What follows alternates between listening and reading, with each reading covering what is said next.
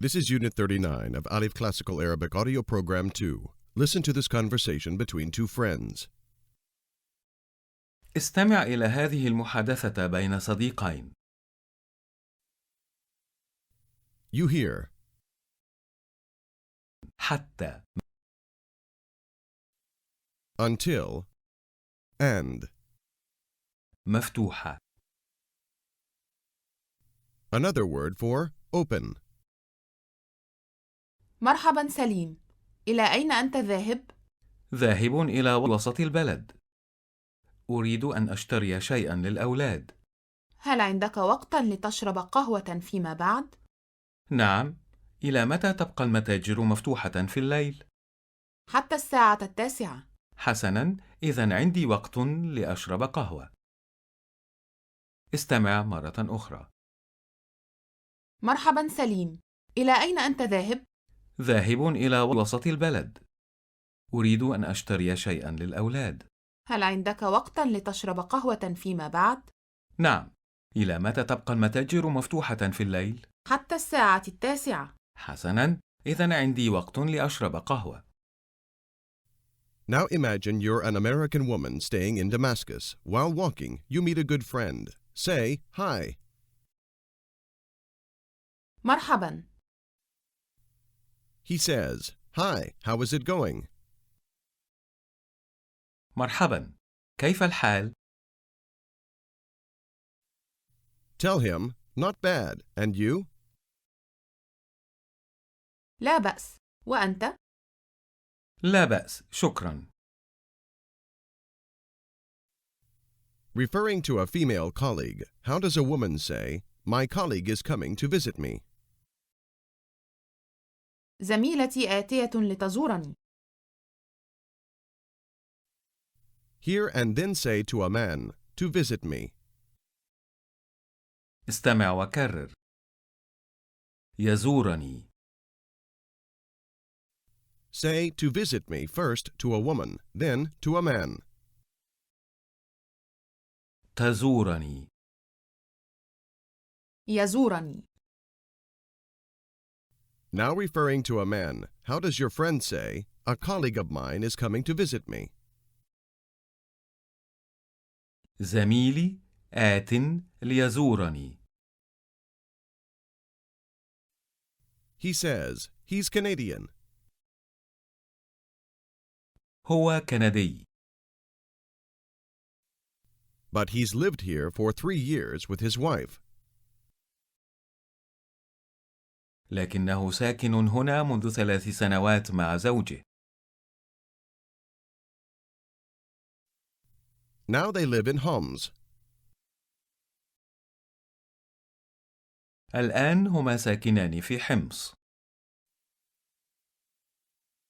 Still referring to a man, ask him, what's the name of your colleague? ما اسم زميلك؟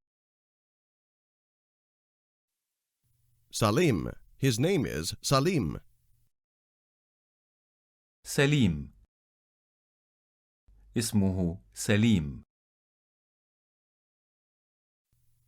Hear how he says, we will have lunch together. استمع وكرر. سنأكل الغداء معا. اسأل. Where? At your place? أين؟ عندك؟ He says, no, at the fish restaurant. لا، في مطعم السمك. We will have lunch at the restaurant, of course. سنأكل الغداء في المطعم طبعا. Not at my place. ليس عندي. He continues, we will have lunch at 1 o'clock. سنأكل الغداء الساعة 1. And how would he say, we will go? سنذهب. He says, and then we will go downtown. وبعد ذلك سنذهب إلى وسط البلد.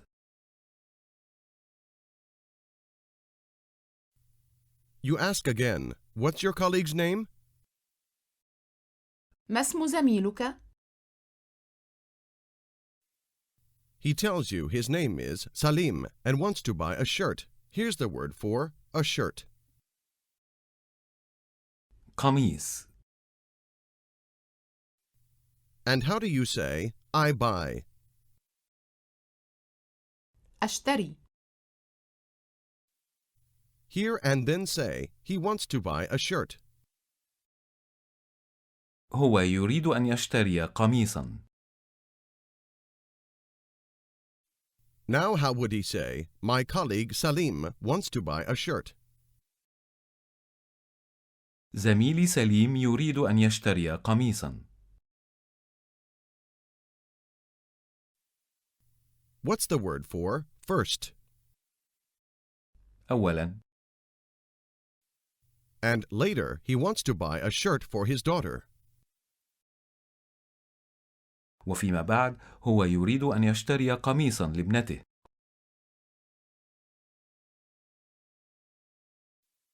He tells you, they've lived in Homs for 3 years. هم ساكنون في حمص منذ 3 سنوات. How would he say, we can drink a glass of tea at my place? نستطيع أن نشرب كوبا من الشاي عندي. But later, he wants to buy a shirt for his daughter. لكن فيما بعد هو يريد أن يشتري قميصا لابنته.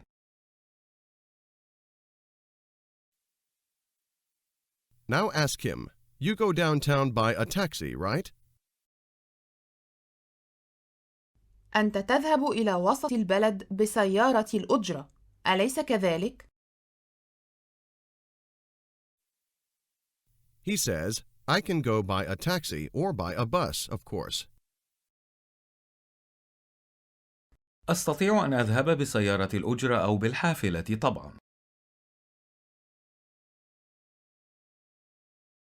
قل: I take a taxi often, but sometimes I go by bus. أنا آخذ سيارة الأجرة غالبا، لكن أحيانا أذهب بالحافلة.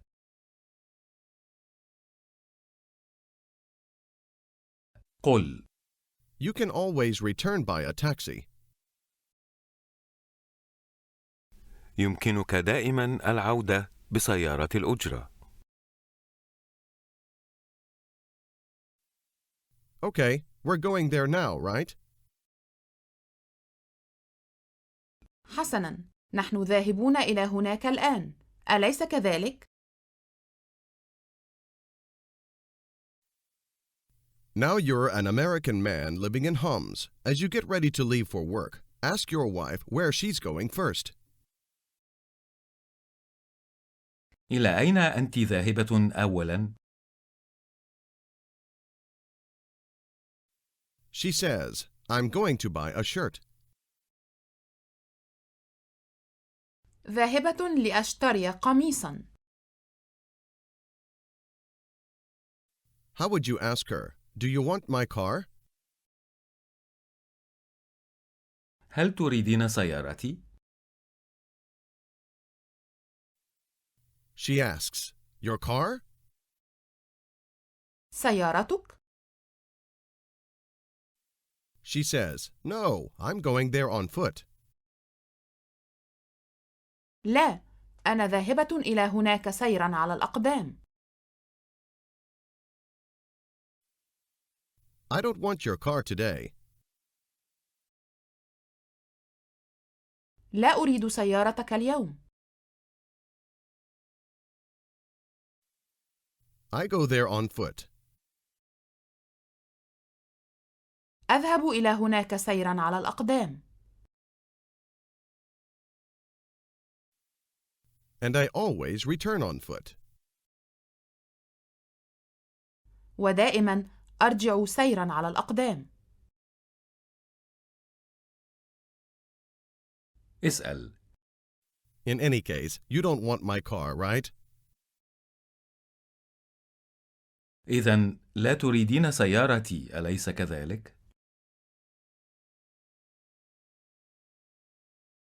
She says, No, I don't want your car today. لا، لا أريد سيارتك اليوم.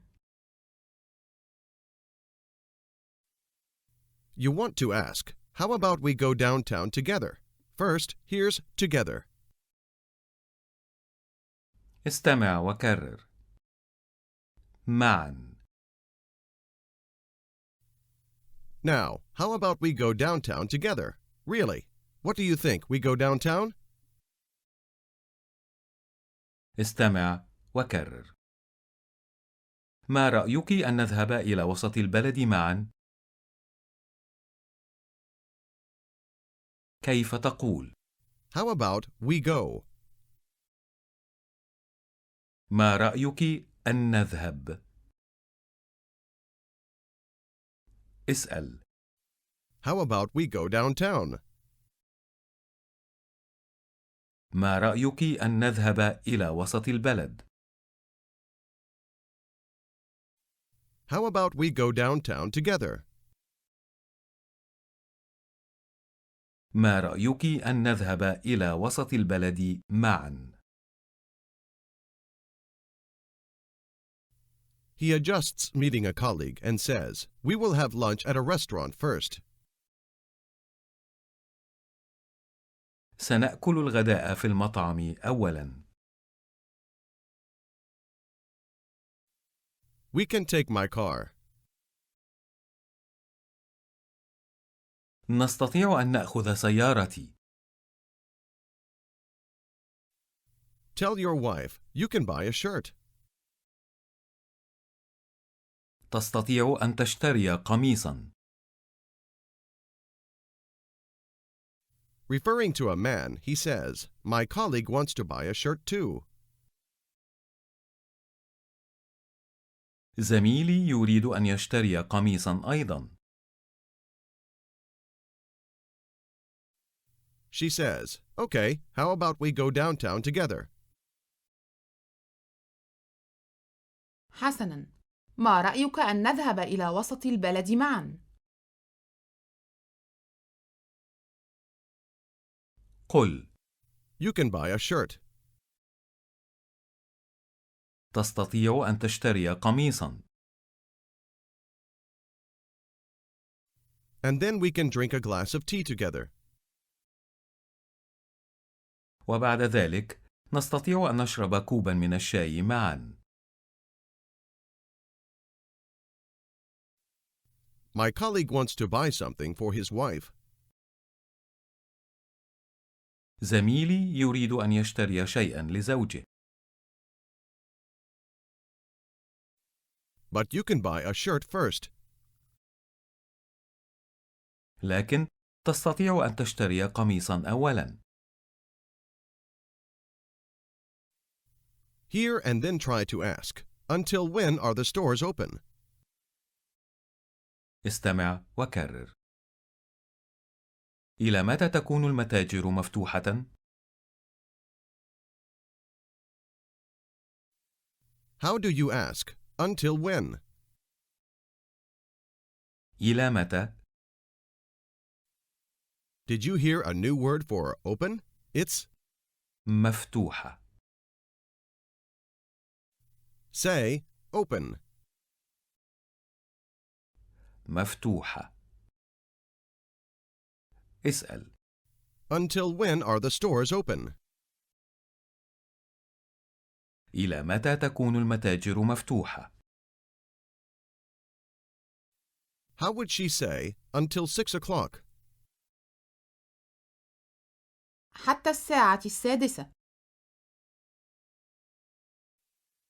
Continue to use the new word for open. She says, The stores are open until 6 o'clock today. المتاجر تبقى مفتوحة حتى الساعة 6 اليوم. اسأل. How about we take a bus? ما رأيك أن نأخذ الحافلة؟ The stores are open until 6 o'clock. المتاجر مفتوحة حتى الساعة 6. قل: You can always return by a taxi. تستطيع دائما أن ترجع بسيارة الأجرة. Now suppose you've been away and a friend has put up your mail. She says, "Here's the letter." استمع وكرر. تفضل. الرسالة. اسأل. For me? لي؟ Hear how she says, "This letter is for you," when speaking to a man. هذه الرسالة لك. She says, "Yes, this letter is for you." نعم، هذه الرسالة لك. How do you say, "This letter"? هذه الرسالة. Now try to say, "The letter." الرسالة. What's the word for the with? الرسالة.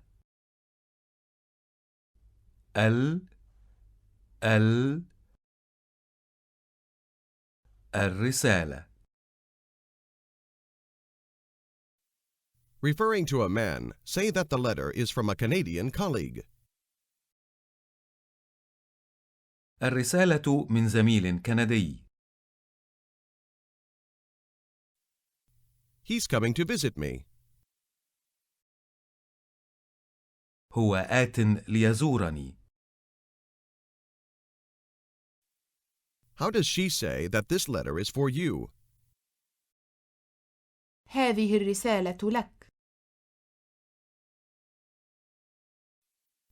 Tell her, "My colleague is coming to visit me with his wife."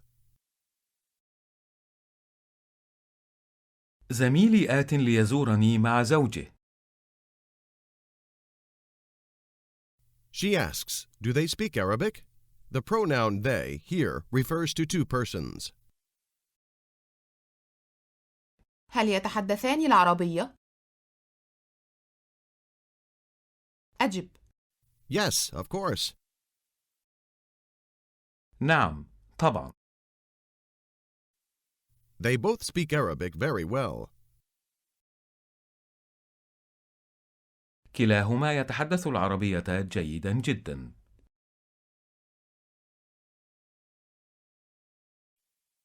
She asks, "When are they coming?" The pronoun they here refers to two persons. متى هما آتيان؟ On Monday. الاثنين. Try to say, "They're coming on Monday." هما آتيان الاثنين. Also know that on is understood, therefore dropped in Arabic. How do you say, "They're coming on Monday"? هما آتيان الاثنين. She wants to ask you how long they're going to stay. Hear and then say, "They will stay." استمع وكرر. سيمكثان. Note that we are talking now about a couple. So, the pronoun they here will refer to two persons, which is a different case when referring to more than two persons in Arabic. Do you remember how to ask, "How much is this?" بكم هذا؟ That is literally, "With how much?" To ask how long will they stay, you say, "How much will they stay?" Try it. كم سيمكثان؟ 2 days. يومان. How did she ask? How long will they stay? كم سيمكثان؟ Hear and then say Tuesday. استمع وكرر. الثلاثاء. They will stay until Tuesday. سيمكثان حتى يوم الثلاثاء. They're coming on Monday. هما آتيان الاثنين. At 9 o'clock. الساعة 9. At 10 to 9. Literally at 9 o'clock but 10 minutes. استمع وكرر. الساعة 9 إلا 10 دقائق. They're coming on Monday at 10 to 9. هما آتيان الاثنين الساعة 9 إلا 10 دقائق.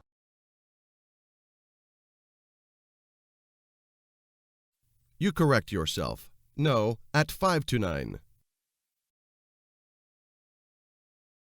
لا، الساعة 9 إلا 5 دقائق.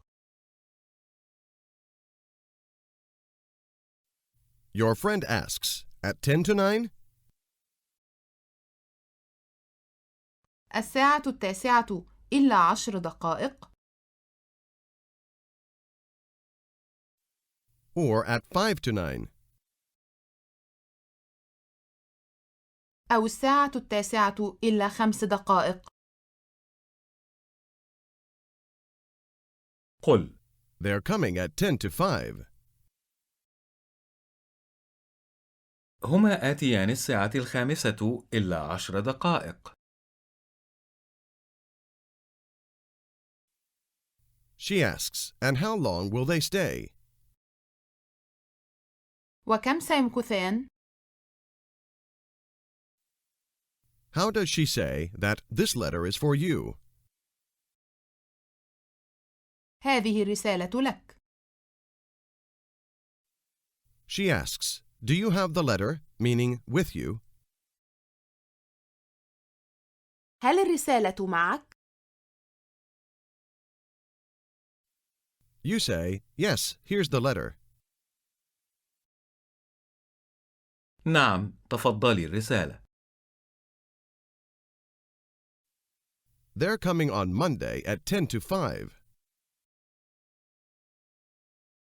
هما آتيان الاثنين الساعة 5 إلا 10 دقائق.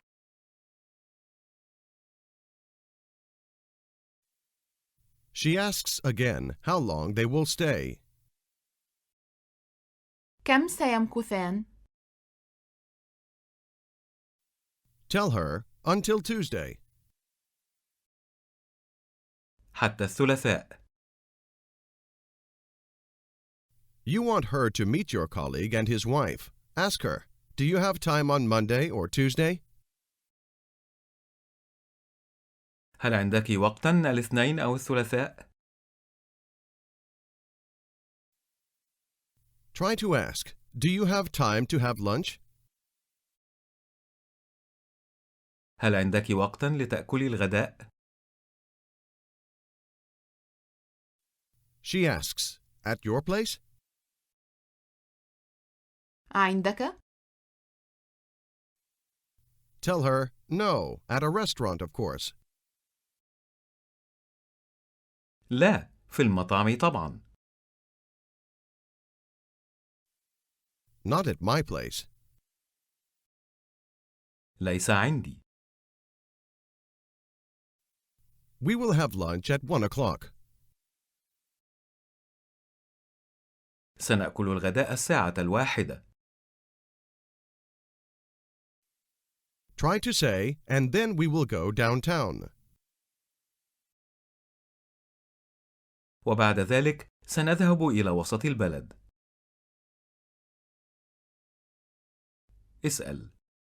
How about we go to the Arab cafe? ما رأيك أن نذهب إلى مقهى العرب؟ Sometimes I go there with my friends.